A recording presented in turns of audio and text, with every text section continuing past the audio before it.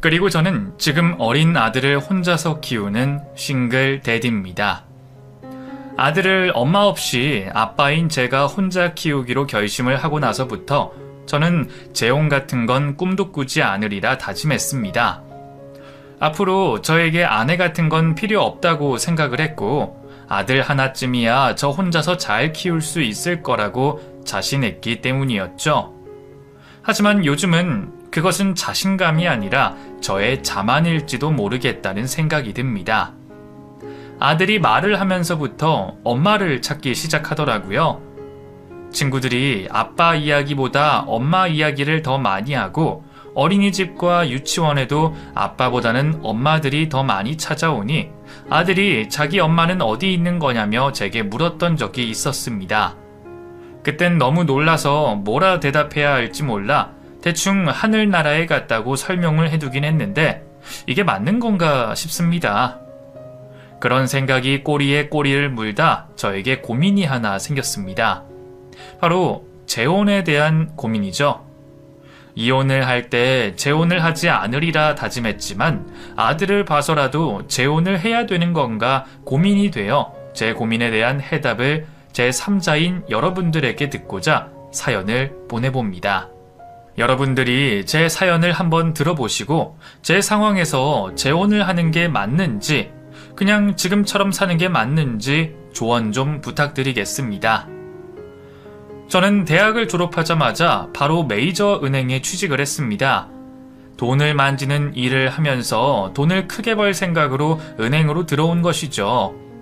10년 차가 넘어가고 나서 연차가 쌓이고 회사에서 실력을 인정받게 된 제가 VIP 고객을 전담하는 일을 맡게 됐을 때 아내를 처음 만났습니다. 저한테 갑자기 큰돈이 생겼는데 이걸 어떻게 해야 되나 싶어서 은행 창구로 갔더니 여기로 가보라고 하더라고요. VIP실이면 저한테 은행에서 대접받을 수 있는 만큼의 돈이 있다는 거죠? 고객님이 가지고 계신 보유 자금이 아무래도 적지 않은 금액이라 그 직원이 그렇게 판단한 것 같습니다. 일단 제가 상품 여러 가지를 추천해 드릴 테니까 설명 들어보시고 괜찮다 싶으신 걸로 고르시면 될 것 같습니다. 저는 그런 거 잘 모르니까 그쪽이 제일 괜찮은 걸로 하나 추천해 주세요. 보니까 여기서 꽤나 직급도 높아 보이시는데 제가 믿고 맡겨도 될 것 같네요. 아내의 첫인상은 사실 조금 멍청해 보이기도 했고 깍쟁이 같아 보였습니다. 그래도 저의 소중한 고객이니 웃음을 잃지 않고 정성을 다해 모셨더니 아내가 저에게 명함을 요구했습니다. 그쪽 명함 한 장 주시겠어요? 도움 필요할 때 연락 좀 드릴게요. 그렇게 해도 괜찮죠? 물론이죠. 궁금하신 거나 필요하신 거 있으시면 언제든지 연락 주세요. 정성을 다해 모시도록 하겠습니다. 저한테 그렇게까지 딱딱하게 굴 필요 없어요. 저랑 나이도 비슷해 보이는데 편하게 대해주세요. 그래야 저도 여기 자주 들리죠. 아내에게 제 명함을 건네면서 저는 속으로 제발 개인적으로 연락을 하지 말아달라고 빌고 또 빌었습니다. 아내가 딱히 마음에 들지 않았던 것도 있었지만 고객과 사적으로 엮이고 싶지 않은 마음이 컸기 때문이었죠. 하지만 아내는 기어코 사적으로 저에게 연락을 줬습니다. 동영씨, 저 윤쌤이에요. 기억하죠? 얼마 전에 은행 VIP실에서 봤었잖아요. 그 다름이 아니라 이번 주말에 혹시 시간 되나 싶어서 연락드렸어요. 주말에 시간이 되기는 하는데 무슨 일 때문에 그러실까요? 그 적금 상품에 대해서 궁금하신 게 있으신가요? 뭐 그런 것도 있고 괜히 드릴 말이 있으니까 제가 보내드리는 주소로 좀 와주세요. 제가 맛있는 식사 대접해 드릴게요. 아내는 문자로 고급 호텔의 주소를 보내줬습니다. 그곳에서 식사를 대접할 생각인 듯 했는데 가기도 전에 부담스러워 스트레스를 적잖게 받았던 기억이 있습니다. 그래도 애써 티내지 않기 위해 그날도 미소를 잃지 않고 아내를 대했는데 아내는 엄청 적극적으로 저에게 대시를 해왔습니다. 동영씨, 주말에 여기까지 나온 거 보니까 여자친구도 없고 결혼도 안 한 것 같은데 제 추측이 맞아요? 네. 저 여자친구도 없고 아직 미혼입니다. 제가 여자한테 크게 흥미가 없어서 그런지 오랜 시간 혼자로 지내고 있네요. 그래요? 여자한테 왜 흥미가 없지? 내가 여자한테 흥미가 생기도록 해드릴까요? 저는 그럴 자신 있는데. 아내가 너무 적극적이다 보니 아내와 이야기하면서 얼굴이 붉어진 적이 한두 번이 아니었습니다. 처음에 뭐 이런 여자가 다 있나 싶었는데 나중엔 이런 여자도 매력적으로 느껴질 수 있구나라는 생각을 했습니다. 오늘은 제가 동명씨 부른 거니까 여기서 식사한 건 제가 내도록 할게요. 동영씨, 다음 주 화요일에 퇴근하고 뭐해요? 나랑 같이 저녁 먹지 않을래요? 그럼 그때 제가 오늘 식사 대접 받은 거 보답하는 의미로 저녁 사드리겠습니다. 그날 어디서 뵐지 제가 집 가서 찾아볼게요. 아니요, 제가 먼저 데이트 신청하는 거니까 동영씨는 그냥 제가 오라고 하는 대로 오기만 하면 돼요. 동영씨도 알겠지만 저 좀 능력 있는 여자잖아요? 아내는 저와 데이트를 하면서 데이트 비용으로 많은 돈을 썼습니다.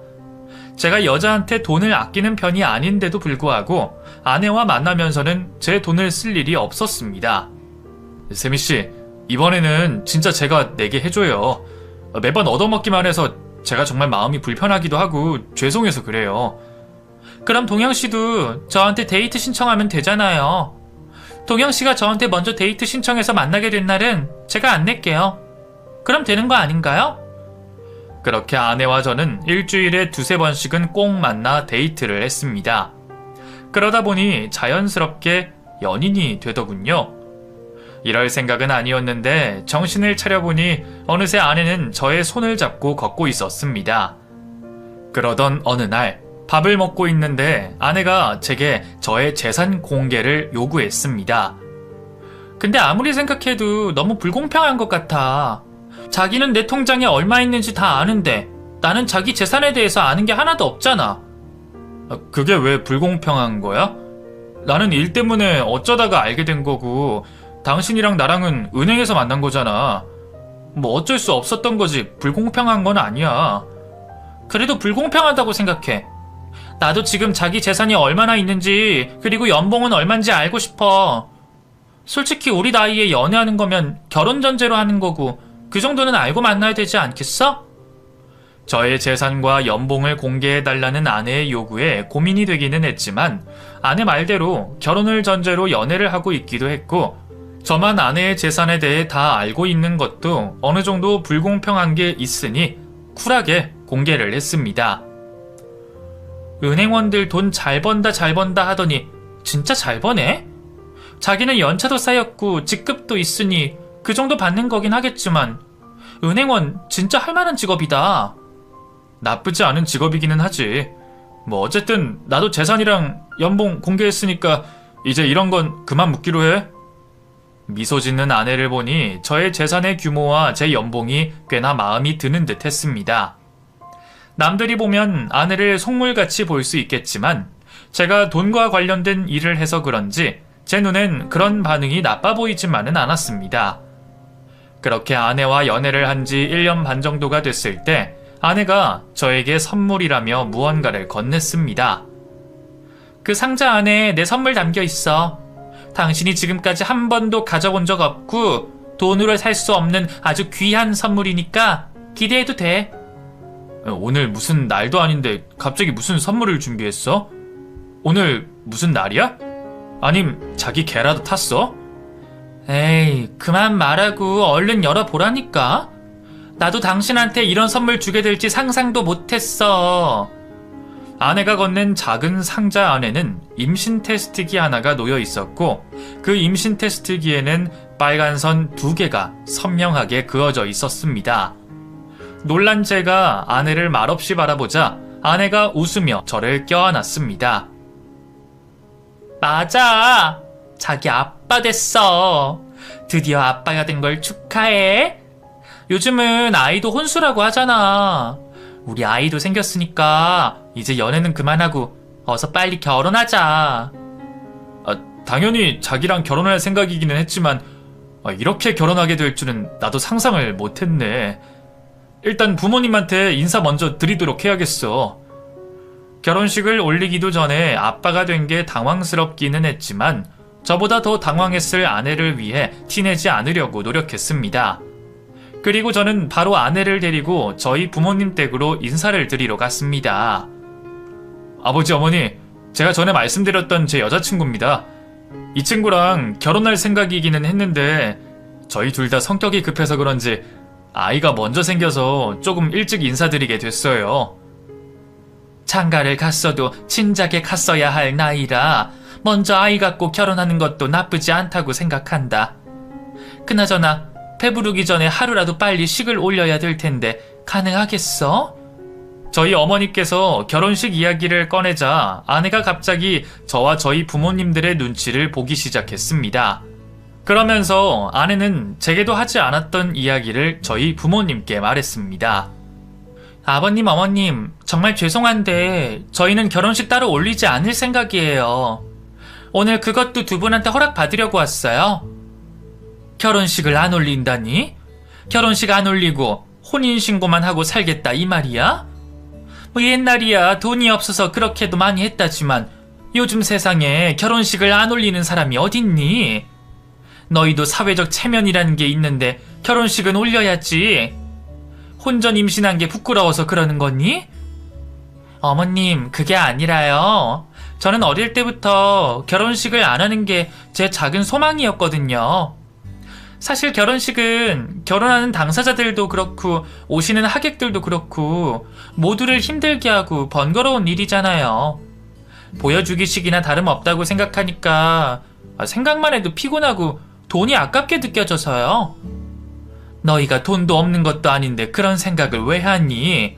그리고 지금까지 너희가 뿌리고 다닌 축의금 아깝지도 않아? 아버지랑 나도 평생 살아오면서 낸 축의금이 한두 푼이 아니라서 결혼식은 꼭 했으면 좋겠는데. 저도 처음 듣는 소리에 당황하기는 했지만 제가 그 자리에서 아내에게 무슨 소리냐고 말하면 부모님에게 혼란만 드릴 것 같아 일단 가만히 있었습니다.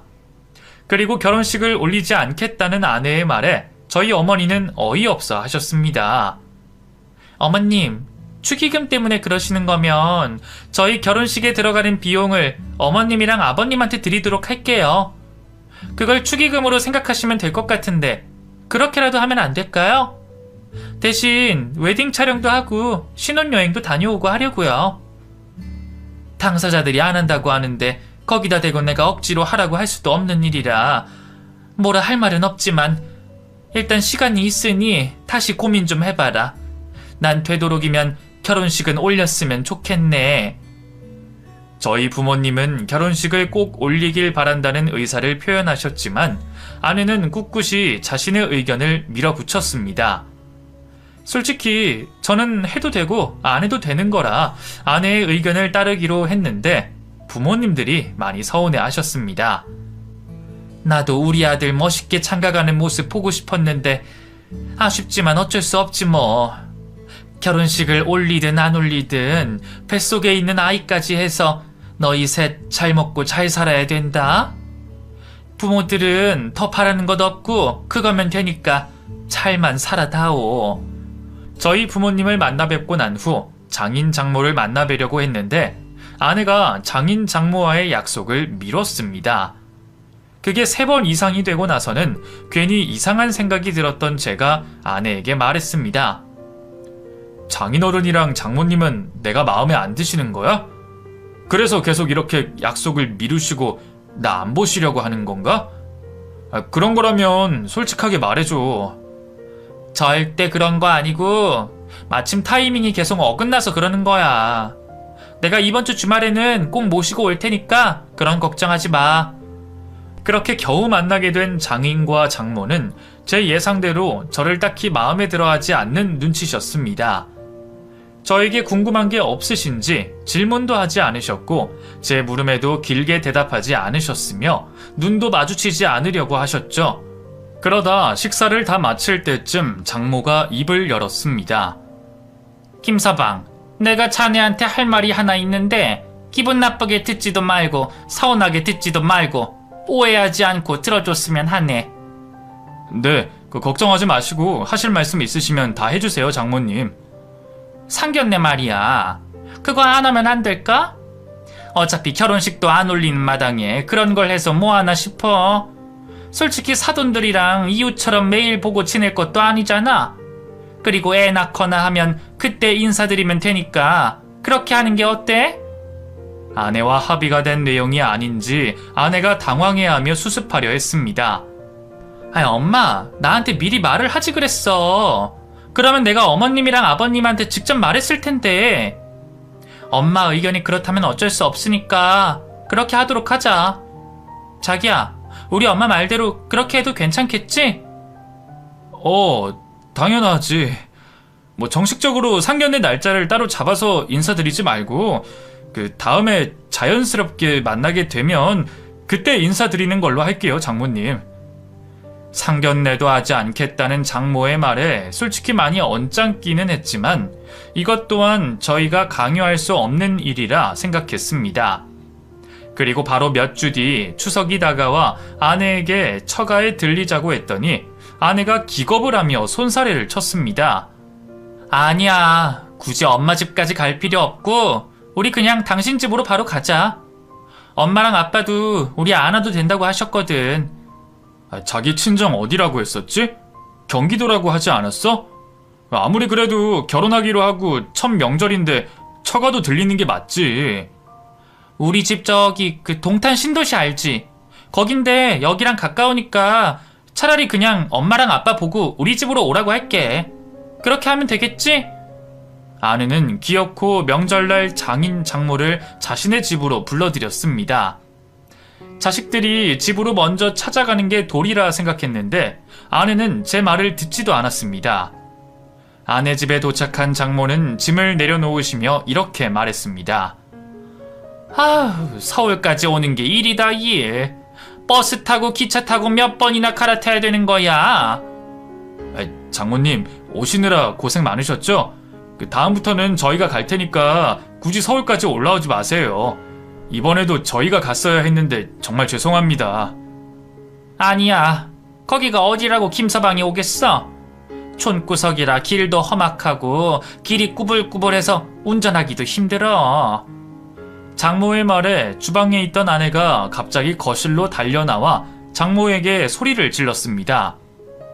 아니, 엄마, 지금 도대체 무슨 소리라는 거야? 엄마 지금 동탄 신도시 아파트에 사는 거 잊었어? 방금 엄마가 말한 거기는 나 어릴 때 살던 시골집인데. 엄마 요즘 정신 깜빡깜빡해? 그랬었지? 그래, 맞아. 엄마가 요즘 정신이 없어서 옛날에 살던 시골집 이야기 했었네. 김서방, 내가 잠깐 우리 전에 살던 집 이야기를 한 거니까 방금 내가 했던 말은 잊어줘. 그때부터 장모는 한마디도 하지 않았습니다. 장인은 원래 말수가 없는지 그저 TV만 보고 계실 뿐이었죠. 갑작스럽게 분위기가 어두워졌는데 장인과 장모는 아내가 준비한 밥만 먹고 바로 자리에서 일어났습니다. 장모님, 제가 차로 모셔다 드릴게요. 지금 추석이라 차도 안 막혀서 금방 갈 수 있을 거예요. 오시느라 고생했는데 가실 땐 편하게 가셔야죠. 자기야, 그러지 않아도 돼. 우리 엄마랑 아빠는 이런 걸 더 불편해하니까 두 분이서 알아서 가실 수 있게 하자. 결국 장인 장모는 아내의 집에 온 지 2시간 만에 다시 돌아가셨습니다. 마음이 불편하기는 했지만 장인 장모와 아내 사이에 저 모르는 사연이 있는 것 같아 보여 더 이상 이야기를 꺼내진 않았습니다. 그러고 나서 그때까지만 해도 따로 살고 있던 저희는 신혼집 이야기를 나눴습니다. 지금 자기가 살고 있는 집 자기 명의로 된 집이라면서?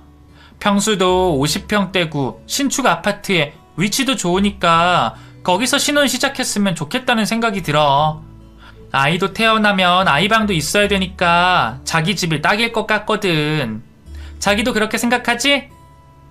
아니, 나 지금 살고 있는 집 전세로 낼까 생각 중인데 지금 내가 사는 집에서 시작할 생각하지 말고 우리 다른 집 구해보자. 그리고 50평대는 너무 크고 적당한 30평대로 구해보자. 자기 혼자서도 50평대 잘 살았잖아. 그리고 이제 식구가 셋이나 되는데 그 정도는 돼야 되는 거 아니야? 내가 전세 주고 그 돈 필요한 데가 있어서 그래.